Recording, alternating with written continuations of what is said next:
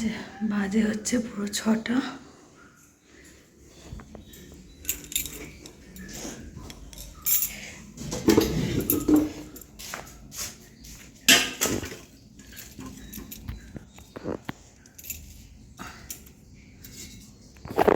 এই যে ওয়েদারের অবস্থা এখন এরকম, বাজে হচ্ছে 6টা।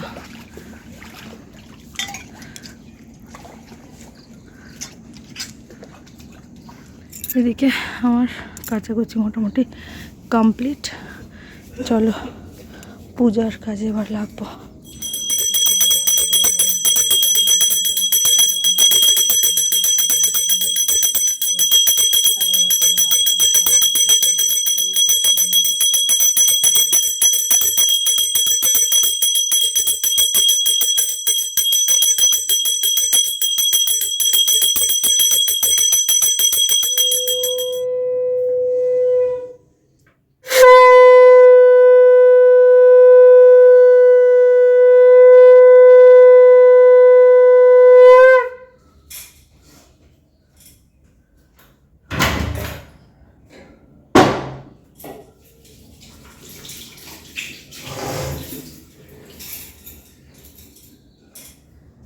Good morning everyone, welcome back to my channel. কেমন আছো তোমরা সবাই? আশা করছি তোমরা সবাই খুব ভালো আছো, সুস্থ আছো, আর আমিও ভীষণ ভালো আছি। আর আজকের ব্লগটা তো সকাল থেকে স্টার্ট করেছি, দেখা যাক সারাটা দিন কেমন কাটে। তোমরাও দেখতে থাকো, আই হোপ তোমাদের ব্লগটা ভালো লাগবে।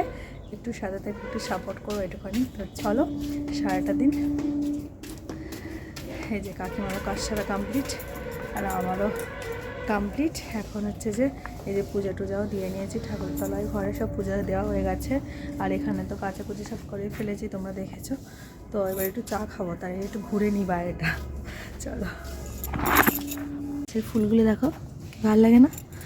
গোলাপি গোলাপি, এটার অনেকগুলো কালার হয়। আমাদের এখানে যেটা রয়েছে এটা গোলাপি। আর এখানে একটা অপরাজিতার গাছ ছিল, সেই গাছটাকে ওই শাশুড়ি মা ছিঁড়ে দিয়েছে, কারণ ওই হনুমানে এত উপদ্রব করতো, খেত, ওই জন্য। এখানে যে আলু সেদ্ধ রেডি সকালে টিফিনের জন্য। আর এদিকে বসিয়েছি চা।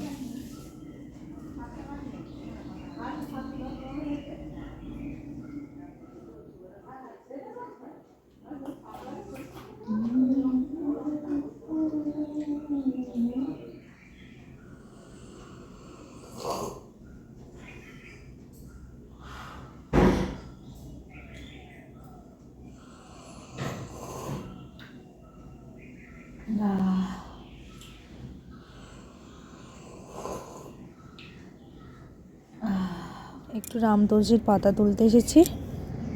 এই যে মেয়েটা কালকে থেকে খুব কাশছে, তো বলি সেই জন্য ভাবলাম একটু রামতুলসী পাতার রস বানিয়ে দেব, একটু খেলে যদি মানে একটু কাশিটা একটু হলেও কমে।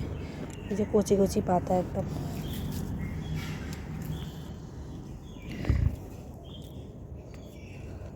এক চামচ রস।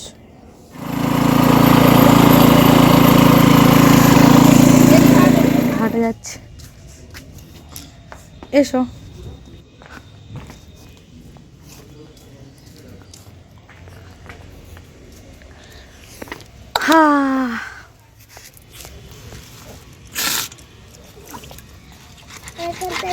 ছানে ফেলে মাছ না ধুলে ঠিক যেন হয় না। না মা, ওখানে ধারে যাবে না।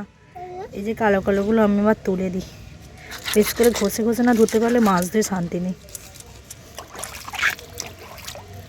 তো এই যে মাছগুলো এখন ভাজা বসিয়েছি, দুটো মুড়ো একটা পেটি, একটা মুড়ো আমার, একটা মুড়ো অলিশ, আর পেটিটা অলিশ। আমি মুড়োটা ভাজা খাবো ঝাল।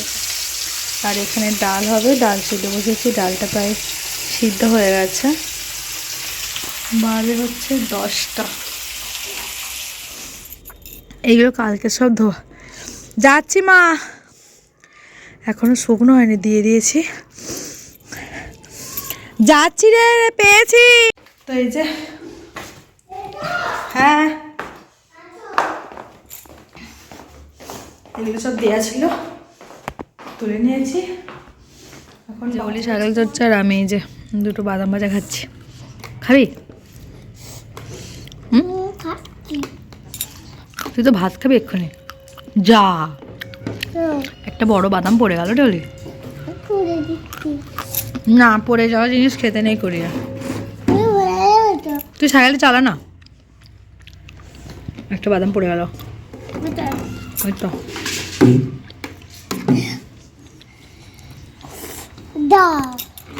এবার কি হবে? কি আর হবে, যেগুলো আছে সেগুলোই খাবো।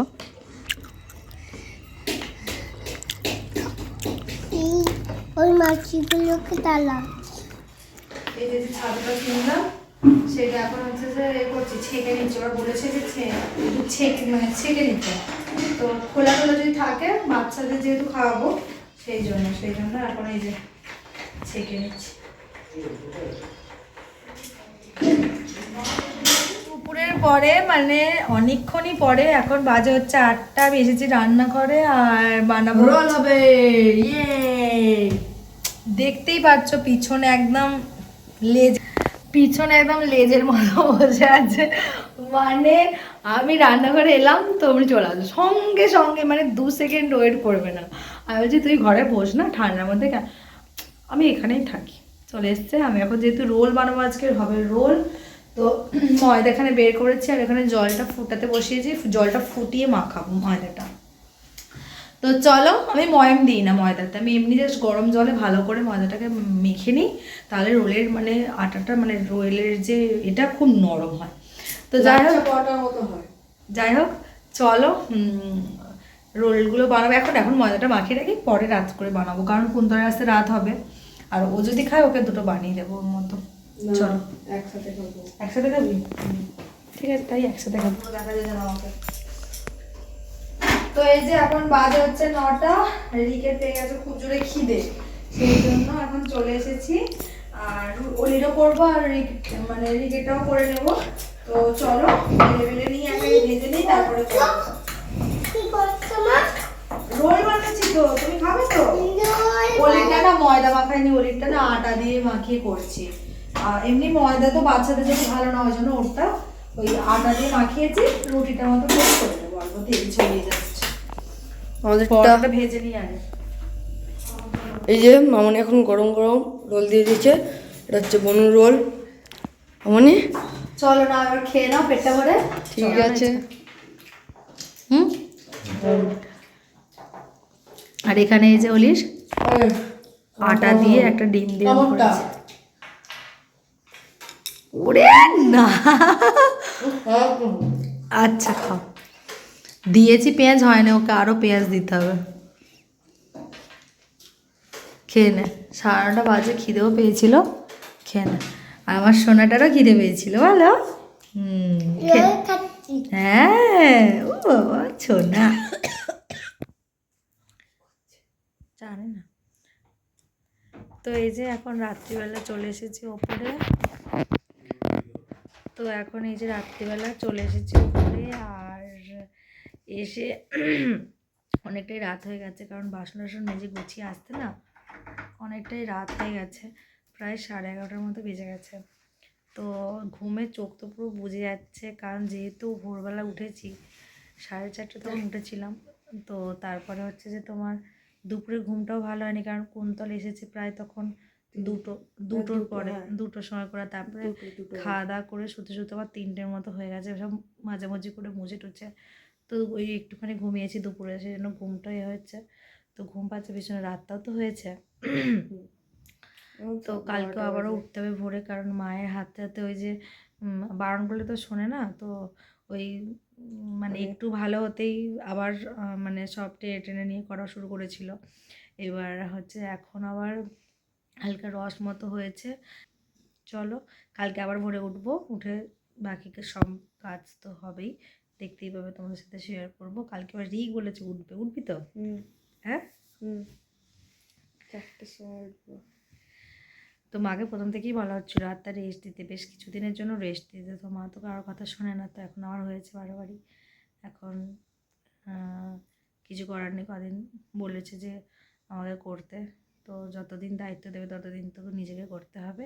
মাত্র 10 দিন, তারপরে তারপর নিজেকে নিজে সামলাতে হবে।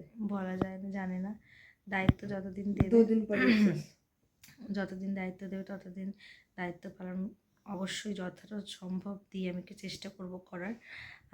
তো যাই হোক, দেখা যাক কি হয়। চলো আবার কালকে দেখা হবে। সবার ভালো থেকো, সুস্থ থেকো, সকলকে ভালো রেখো। টাটা।